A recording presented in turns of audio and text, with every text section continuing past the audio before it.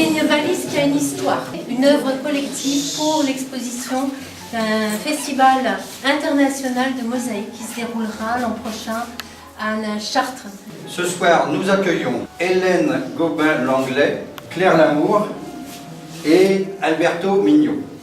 Hélène, elle occupe le sol ce soir dans nos deux salles, découvert, je dirais, le volume il y a longtemps, mais elle a commencé par faire des structures en fil de fer, fil électrique, elle recouvrait de toile résine, et puis ça ne la satisfaisait pas complètement parce qu'il y avait du détail qu'elle n'arrivait pas bien à faire avec ce système-là.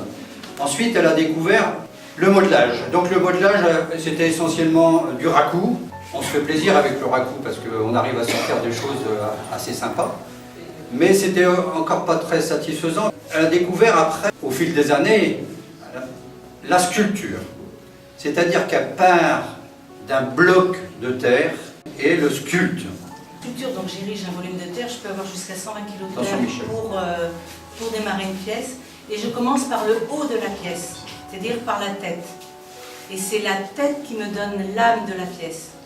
Claire, elle utilise maintenant essentiellement deux matériaux, c'est-à-dire la terre, de rouge ou blanche ou noire, en fait, et qu'elle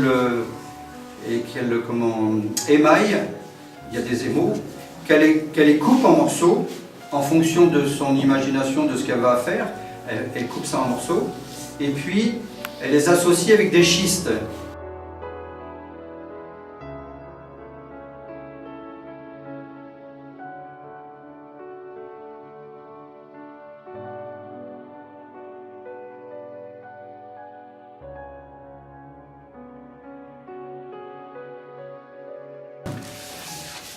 Alors la peinture d'Alberto, c'est une peinture figurative, puisque vous verrez qu'on reconnaît des personnages. Il y a une tendance vers l'abstraction. En fait, c'est un heureux mélange. Il touche toutes les matières. Il fait de l'huile, de l'acrylique, de l'aquarelle, du pastel. Ce soir, il nous présente des œuvres, vous en voyez ici, qui sont à l'acrylique, avec un vernis acrylique. Et puis, plein de petites aquarelles que vous découvrirez dans les niches et puis dans les petites caisses sur la table.